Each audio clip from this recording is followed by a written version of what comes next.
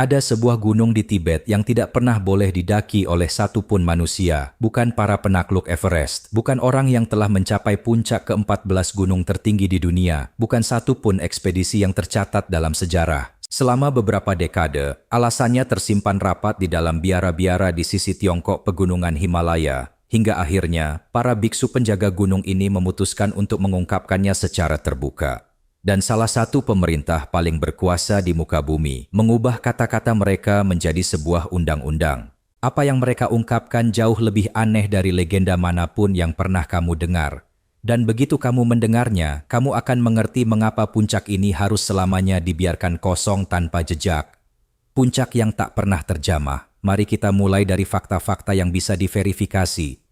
Karena fakta-fakta yang bisa dikonfirmasi saja sudah cukup mengejutkan. Gunung Kios menjulang setinggi 6.638 meter di atas permukaan laut, terletak di wilayah Ningari di bagian paling barat Tibet, masuk dalam rangkaian pegunungan Gangdais yang membentang di sebelah utara jalur utama Himalaya. Dari sisi ketinggian semata, gunung ini tidak terlalu istimewa. Everest berdiri lebih dari 2 km lebih tinggi darinya. Ratusan puncak di seluruh Himalaya dan Karakorum memandang Kyash dari atas. Namun demikian, Everest telah didaki lebih dari 11.000 kali. Di jalur punggungan puncaknya saat cuaca cerah bahkan sering terbentuk antrean pendaki. Kedua, gunung raksasa yang paling mematikan, puncak yang merenggut sekitar 1 pendaki. Untuk setiap 4 orang yang berhasil mencapai puncaknya, tetap sudah berhasil didaki ratusan kali. Setiap gunung di bumi yang ketinggiannya melampaui 8.000 meter sudah meninggalkan jejak sepatu bot di titik tertingginya. Kyosh tidak memiliki satupun. Dalam seluruh sejarah pendakian gunung yang pernah tercatat, sejarah yang begitu terobsesi dengan hal-hal pertama, dengan penaklukan, dengan penanaman bendera di tempat-tempat terakhir yang belum diklaim di planet ini, tidak ada satupun pendakian yang berhasil dikonfirmasi. Renungkanlah sejenak.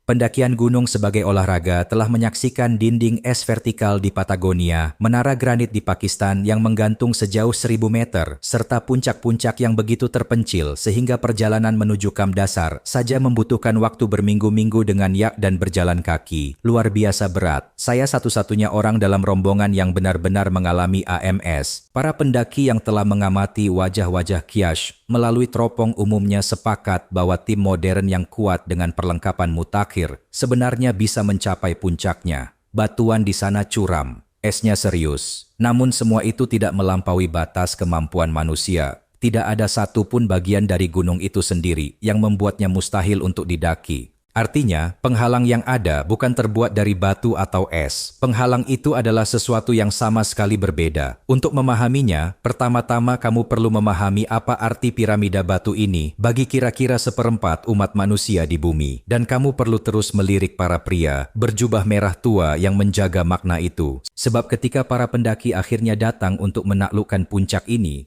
bukan es yang menghentikan mereka.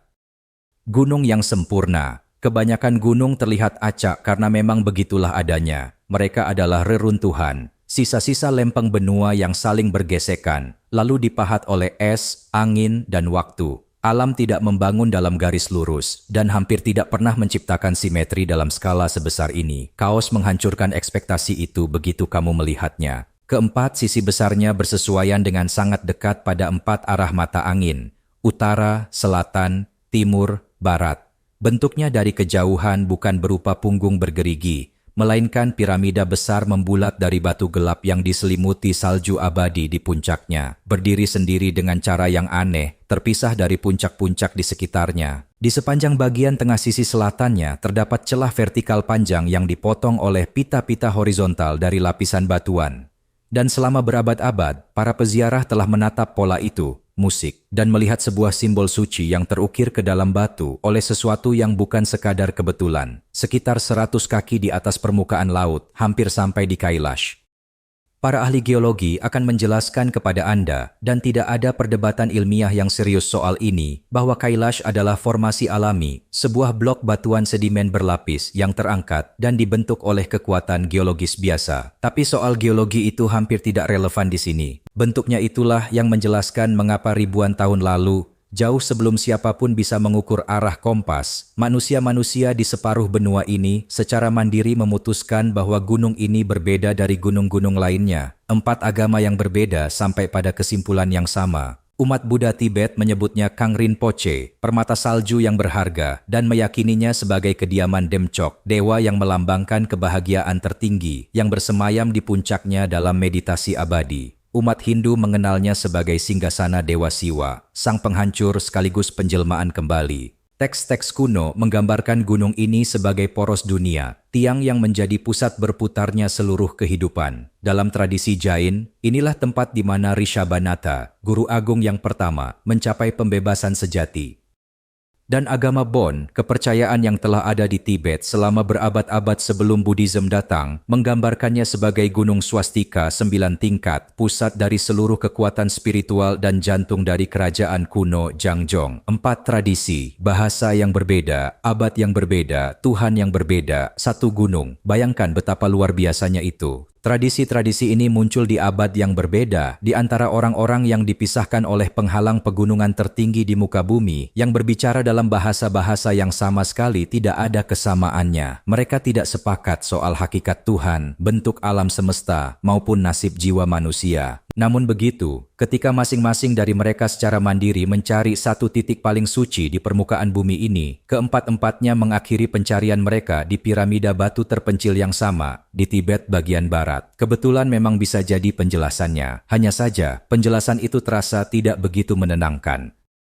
Setiap tahunnya, ribuan peziarah datang ke Kaash untuk menjalankan Kora, sebuah perjalanan melingkari kaki gunung sejauh 52 km dengan berjalan kaki, melewati Dolma Lapas di ketinggian lebih dari 5.600 meter. Ada yang menyelesaikannya dalam satu hari penuh yang sangat melelahkan. Yang paling khusyuk melakukannya dengan sujud seluruh badan, berbaring rata di tanah, menandai bumi dengan ujung jari mereka, berdiri, melangkah sampai tanda itu, lalu berbaring lagi, begitu seterusnya sepanjang 52 km penuh. Keyakinan mereka menyebutkan bahwa 1 kali putaran akan menghapus dosa sepanjang hidup, dan 108 putaran akan membawa pembebasan sejati. Jutaan orang selama berabad-abad telah mengelilingi gunung ini, namun tidak satu pun dari mereka yang mendakinya. Dalam keempat tradisi tersebut, lereng gunung itu adalah tanah yang terlarang.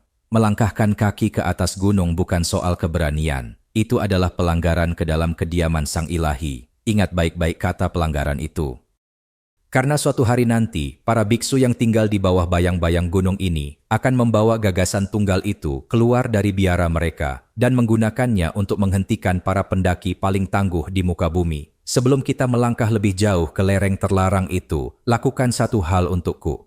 Jika pertanyaan-pertanyaan seperti ini menarikmu seperti halnya menarikku, berlangganan saluran ini, karena setiap minggu kita berjalan di garis tipis antara yang tercatat dan yang belum terjawab, dan arsipnya hanya akan semakin aneh dari sini. Sekarang kita kembali ke gunung, karena fakta berikutnya bukan legenda maupun kepercayaan semata. Ini adalah soal geografi, dan sungguh luar biasa. Keempat sungai, bentangkan peta Asia di atas meja dan telusuri sungai-sungai terbesarnya ke arah hulu, menuju sumbernya. Ada sesuatu yang ganjil terjadi. 4 di antaranya membawamu kembali ke satu petak kecil yang sama di dataran tinggi Tibet, wilayah yang langsung mengelilingi Gunung Kaos. Sungai Indus bermula di dekat pegunungan lalu mengalir ke arah utara dan barat.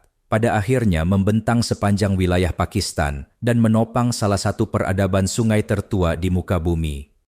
Sungai Sutlej bermula di lokasi yang berdekatan dan membelok ke arah barat menuju India bagian utara. Yarlung Tsangpo, yang di hilirnya dikenal dunia sebagai Brahmaputra, salah satu sungai terbesar di planet ini berdasarkan volume airnya, memulai perjalanannya ke arah timur. Sementara itu, Karnali, sumber utama sungai suci Gangga, mengalir ke selatan melewati Nepal. 4 sungai besar memancar keluar dari kawasan Kailash ke 4 penjuru yang berbeda, bagaikan jari-jari yang keluar dari pusat sebuah roda. Bersama-sama, sistem sungai yang lahir dari dataran tinggi ini menghidupi lebih dari 1 miliar manusia di daerah hilirnya. Dan ini bukan sungai-sungai kecil biasa. Ikuti aliran mereka ke hilir, dan kamu akan menelusuri garis besar peradaban manusia itu sendiri. Dari hamparan es di sekitar satu gunung yang terlarang, mengalirlah air minum, sumber pertanian, dan sungai-sungai suci bagi sebagian besar umat manusia di bumi. Sekarang, bandingkan gambaran itu dengan sesuatu yang ditulis ribuan tahun silam. Kosmologi Hindu dan Buddha kuno menggambarkan Gunung Meru, gunung mistis di pusat alam semesta, sebagai sumber 4 sungai besar yang mengalir ke 4 penjuru dunia. Deskripsi itu ditorehkan pada zaman ketika belum ada satelit, belum ada pemetaan udara, dan belum ada peta akurat dari dataran tinggi tersebut. Namun demikian, ketika geografi modern akhirnya menjangkau sudut terpencil Tibet ini, para peneliti menemukan sebuah gunung bermuka 4 yang berdiri sendiri, sejajar dengan arah mata angin, dan berdiri dekat dengan hulu 4 sungai besar yang mengalir ke 4 penjuru Asia. Apakah mitos itu sejak awal memang menggambarkan gunung nyata ini, berdasarkan pengetahuan yang dibawa oleh para penjelajah zaman kuno?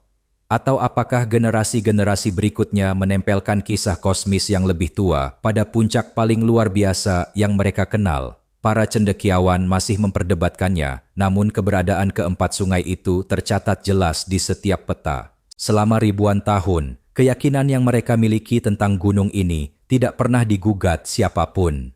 Lalu datanglah orang-orang luar membawa tali, peta, dan sebuah pertanyaan yang tak pernah terlintas di benak mereka yang lahir dan besar di bawah bayang-bayang gunung ini. Para pria yang mencobanya, para surveyor kolonial Inggris, mengelilingi dan mengukur gunung itu sepanjang abad ke-19.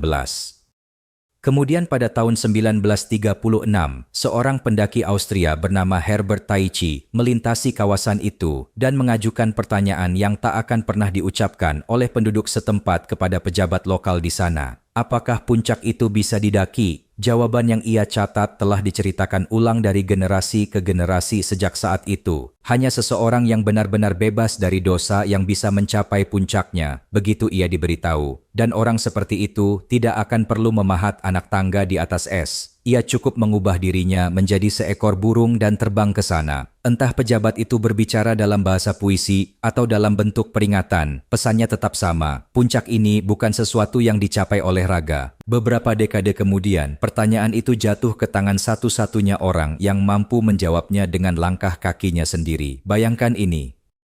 Pada tahun 80-an, otoritas Tiongkok dilaporkan menawarkan kepada Reinhold Messner, pendaki gunung paling berprestasi yang pernah ada, orang pertama yang mendaki Everest tanpa oksigen tambahan, dan orang pertama yang menaklukkan seluruh 14 puncak setinggi 8.000 meter di dunia, kesempatan untuk mencoba mendaki Kailash. Hadiah terakhir dan terbesar dalam dunia pendakian itu diserahkan langsung kepada satu-satunya pendaki di muka bumi yang memiliki rekam jejak untuk mengklaimnya. Ia menggenggamnya di tangannya, lalu mengembalikannya. Penjelasannya yang banyak dilaporkan selama bertahun-tahun adalah bahwa jika ia mendaki gunung ini, ia akan menginjak-injak sesuatu yang hidup di dalam jiwa jutaan orang yang menganggapnya suci, dan bahwa ada hal-hal yang jauh lebih penting daripada sebuah puncak. Pendaki terbesar dari generasinya menatap hadiah terakhir yang belum pernah didaki di muka bumi ini, lalu memilih untuk berbalik dan pergi. Kemudian tibalah tahun 2001, dan momen yang menjadi inti dari semua ini, tetaplah bersama saya, karena disinilah semua benang cerita itu akhirnya bertemu. Tahun itu, kabar mulai beredar bahwa pihak berwenang Tiongkok telah memberikan izin kepada sebuah ekspedisi Spanyol untuk mencoba mencapai puncak.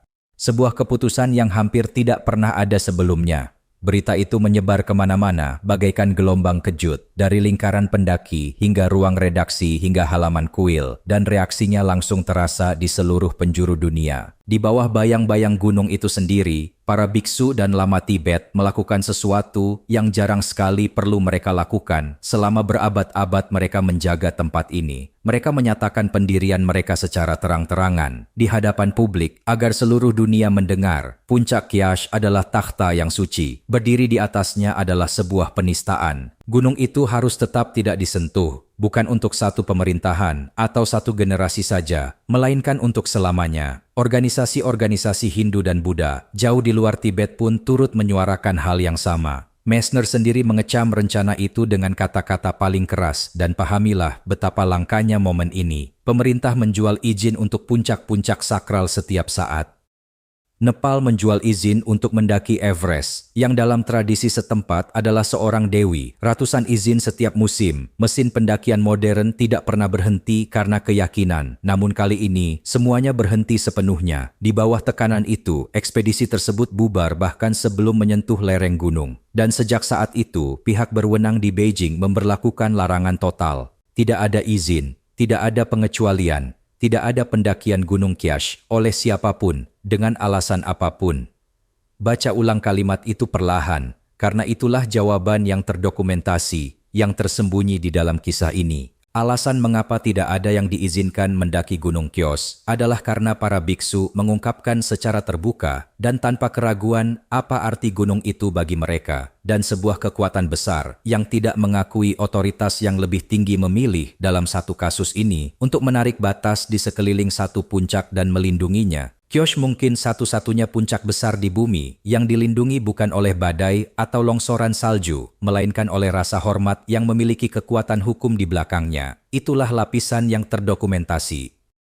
Namun di balik lapisan yang tercatat secara resmi, tersimpan berbagai kisah. Dan kisah-kisah itulah yang membuat larangan ini terasa bukan sekadar urusan politik bagi banyak orang, melainkan seperti sebuah perlindungan. Legenda para peziarah. Selama beberapa dekade, sebuah klaim yang terus beredar di antara para peziarah dan pelancong yang kembali dari perjalanan Kora. Dan klaim ini semakin meluas melalui catatan ekspedisi Rusia ke kawasan tersebut pada akhir tahun 90-an. Klaim itu berbunyi begini. Selama 3 hari yang biasanya dibutuhkan untuk berjalan mengelilingi 52 km di sekitar Kyash, sejumlah peziarah melaporkan bahwa kuku dan rambut mereka tampak tumbuh dengan kecepatan yang seolah menunjukkan beberapa minggu telah berlalu, bukan hanya beberapa hari, seakan waktu di sekitar gunung itu diam-diam telah melepaskan dirinya dari kendali. Izinkan saya jujur kepada Anda tentang apa sebenarnya klaim ini dan apa yang bukan. Klaim ini tidak pernah dikonfirmasi oleh penelitian ilmiah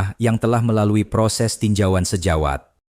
Tidak ada yang pernah mengukur pertumbuhan kuku di sekitar Kaash dalam kondisi terkontrol, dan mengingat terpencilnya kawasan itu serta berbagai pembatasan yang melingkupi gunung tersebut, kemungkinan besar tidak ada yang akan melakukannya dalam waktu dekat. Ketinggian yang ekstrem, kelelahan fisik yang luar biasa, suhu dingin, dehidrasi, dan tekanan psikologis yang sangat besar dari perjalanan ziarah ini, semuanya bisa mendistorsi persepsi seseorang. Para skeptis pun dengan masuk akal menunjukkan bahwa sebuah kisah yang semenarik ini cenderung terus berulang, terlepas dari apakah kisah itu benar atau tidak. Semua itu memang masuk akal. Namun begitu, legenda ini menolak untuk padam, sebagian karena konsistensinya yang mencolok. Deskripsi serupa muncul dari para pelancong berbagai kebangsaan dan dari berbagai dekade yang berbeda. Orang-orang yang tampaknya tidak memiliki hubungan satu sama lain. Di samping kisah-kisah tentang pertumbuhan yang dipercepat itu, ada pula benang cerita yang berlawanan. Para pendaki yang mendekati sisi utara gunung menggambarkan rasa lelah yang tidak pernah mereka rasakan sebelumnya, bahkan di puncak-puncak yang lebih tinggi dan lebih berat sekalipun. Bukan kelelahan biasa, melainkan sebuah rasa berat yang sulit mereka ungkapkan dengan kata-kata, seolah satu hari penuh berjalan kaki telah menguras tenaga setara 1 minggu kehidupan. Penting untuk benar-benar memahami betapa ekstremnya kondisi lingkungan di Kora, karena hal ini menyentuh kedua sisi perdebatan sekaligus. Seluruh jalur sirkuit berada di ketinggian di atas 4.600 meter, lebih tinggi dari puncak gunung manapun di pegunungan Alpen. Dan celah dolma mendekati ketinggian yang setara dengan base camp Everest. Di ketinggian seperti itu, tubuh manusia sudah mulai memberontak secara diam-diam. Tidur menjadi terpecah-pecah, nafsu makan pun menghilang begitu saja. Para skeptis berpendapat bahwa justru dalam kondisi inilah persepsi manusia menjadi tidak dapat diandalkan, dan dari sinilah legenda-legenda itu terlahir. Sementara para penganut kepercayaan menjawab bahwa para peziarah dan pendaki menghadapi kondisi serupa di puluhan jalur Himalaya lainnya. Namun hanya di sekitar satu gunung inilah kisah-kisah tertentu ini terus-menerus diceritakan ulang. Lalu ada laporan-laporan yang bersifat psikologis, dan mungkin inilah yang paling aneh dari semuanya. Sejumlah pelancong yang menyimpang dari jalur ziarah menuju lereng gunung menggambarkan pengalaman yang sama persis. Sebuah keyakinan kuat yang tiba-tiba muncul, sudah terbentuk sepenuhnya, bahwa mereka harus berbalik arah.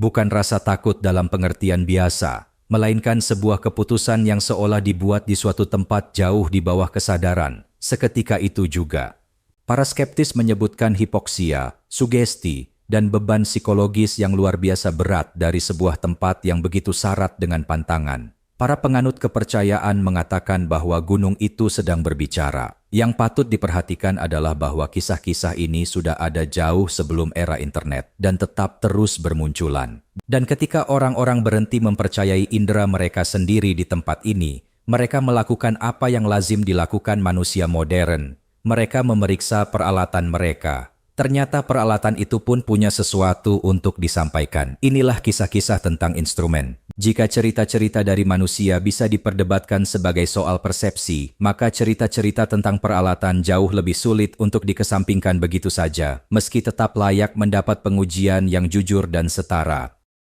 Laporan para pelancong selama beberapa dekade menyebutkan kompas berperilaku tidak menentu di sekitar kawasan Kailash. Jarumnya bergerak tak beraturan, berfluktuasi, dan dalam beberapa versi dikisahkan berputar tanpa arah yang jelas, lalu kembali stabil saat si pelancong menjauh dari area tersebut. Dalam beberapa tahun terakhir, beredar cerita tentang para operator drone yang kehilangan sinyal atau kehilangan pesawat mereka sepenuhnya di dekat gunung tersebut, serta laporan dari para pilot mengenai perilaku instrumen yang aneh di atas kawasan yang lebih luas. Tambahkan pula fakta sederhana bahwa langit di atas wilayah yang lebih luas itu sangat dibatasi. Ini adalah perbatasan yang dijaga ketat dan wilayah udara yang dikontrol di atas Tibet Barat memiliki penjelasan strategis yang sepenuhnya masuk akal secara konvensional. Namun hasil praktisnya tetap sama seperti segalanya tentang Kyosh. Bahkan dari atas sekalipun, gunung ini tidak bisa didekati, tertutup rapat dari setiap sudut pendekatan. Berikut adalah cara yang bertanggung jawab untuk menyikapi klaim-klaim ini. Anomali magnetik lokal adalah fenomena geologis yang nyata. Konsentrasi mineral magnetik dalam batuan memang bisa dan benar-benar membelokkan kompas di berbagai tempat di seluruh dunia, dan geologi kawasan Kyash belum pernah disurvei secara sistematis dan dipublikasikan dengan cara yang bisa menjawab pertanyaan tersebut secara tuntas. Soal drone, menerbangkannya di sekitar Kyash memang dilarang. Medannya sangat tidak bersahabat bagi sinyal radio, dan udara yang dingin serta tipis sangat menguras baterai. Setiap kisah individual memiliki kemungkinan penjelasan biasa, namun perhatikanlah bentuk situasinya.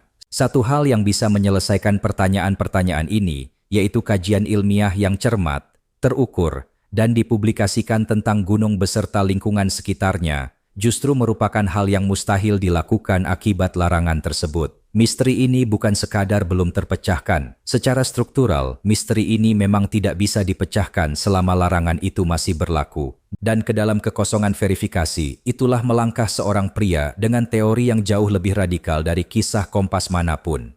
Seorang pria yang pulang dari Kyash dengan keyakinan bahwa tempat itu sama sekali bukan gunung. Inilah klaim piramida.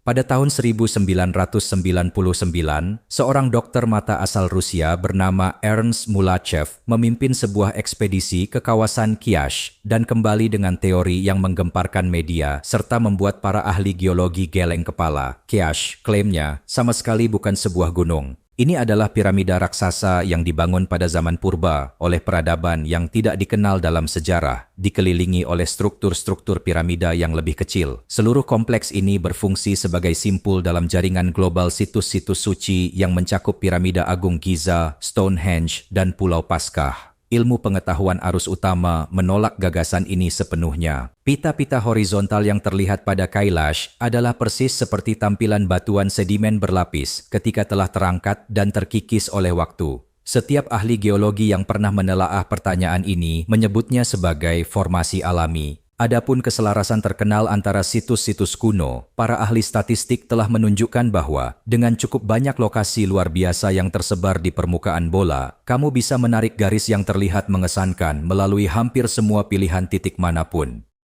Teori Moldesev adalah sebuah klaim, bukan sebuah temuan, dan teori itu tidak pernah didukung oleh bukti fisik apapun. Lalu mengapa tetap dibicarakan? Karena teori ini menemukan pendengar yang sangat besar, dan alasannya adalah residu yang jujur dan membandel yang tersembunyi di baliknya. Hilangkan para insinyur kuno dan jaringan grid global itu, dan kamu tetap akan mendapati dirimu memegang fakta-fakta yang sungguh-sungguh aneh.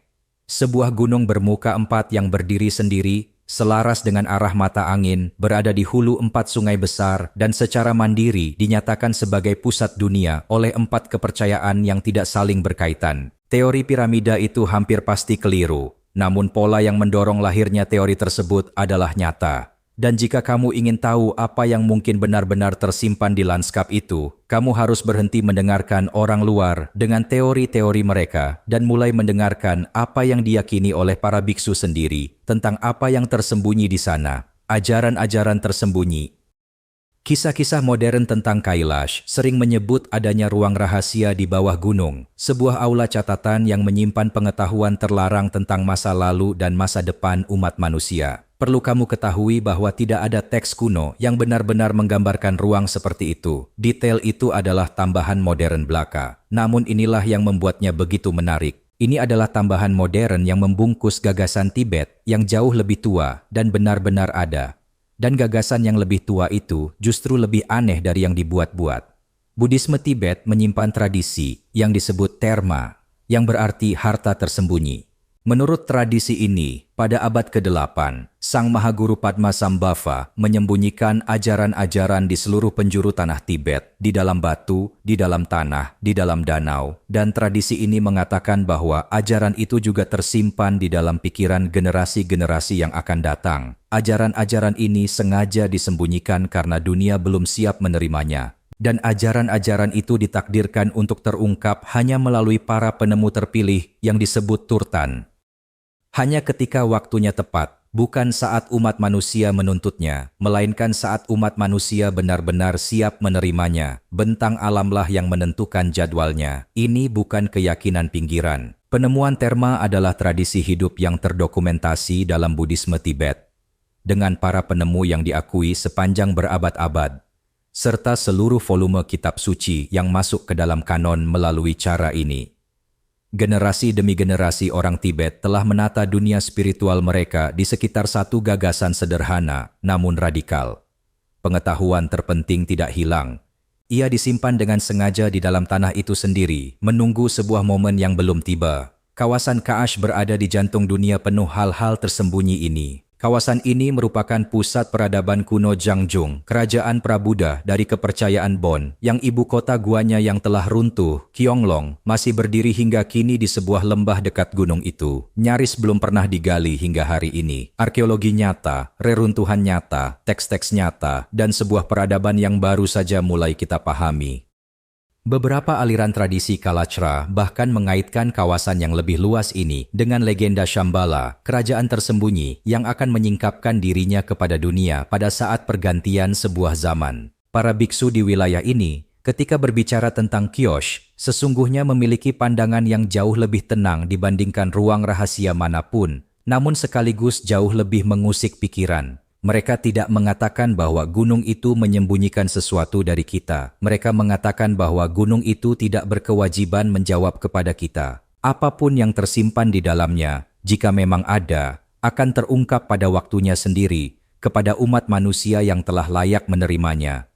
Puncaknya tetap kosong, bukan karena kita tidak mampu mencapainya, melainkan karena keputusan untuk mencapainya memang tidak pernah ada di tangan kita. Dan begitu kamu menerima kenyataan itu, satu pertanyaan terakhir pun tersisa.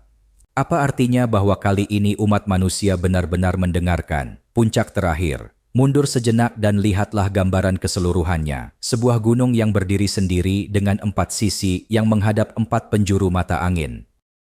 Berdiri di hulu 4 sungai yang menghidupi miliaran jiwa, dinyatakan sebagai pusat dunia oleh 4 kepercayaan berbeda yang tidak pernah saling berkoordinasi dalam jawabannya. Sebuah puncak yang ditolak atas dasar prinsip oleh pendaki terbesar abad ke-20, yang dilarang oleh sebuah pemerintah di bawah beban moral para biksu, yang akhirnya menyuarakan apa yang selama ini selalu mereka yakini. Dan yang hingga kini tetap tak tersentuh di era ketika setiap puncak besar lainnya sudah memiliki antrean panjang dan harga yang bisa ditawar.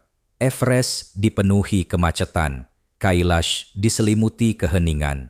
Dan alasan mengapa tidak ada seorang pun yang diizinkan mendakinya ternyata bukan kutukan, bukan pula pintu tersembunyi, melainkan sesuatu yang jauh lebih langka dari keduanya. Sebuah batas yang untuk sekali ini, umat manusia secara bersama-sama sepakat untuk menghormatinya. Entah legenda tentang waktu yang terasa bergeser dan kompas yang berputar itu bersifat ilmiah, sekadar cerita rakyat, atau sesuatu di antara keduanya. Gunung itu menyimpan jawabannya di ketinggian 6.638 meter, dan saat ini ia tidak sedang menerima pertanyaan apapun.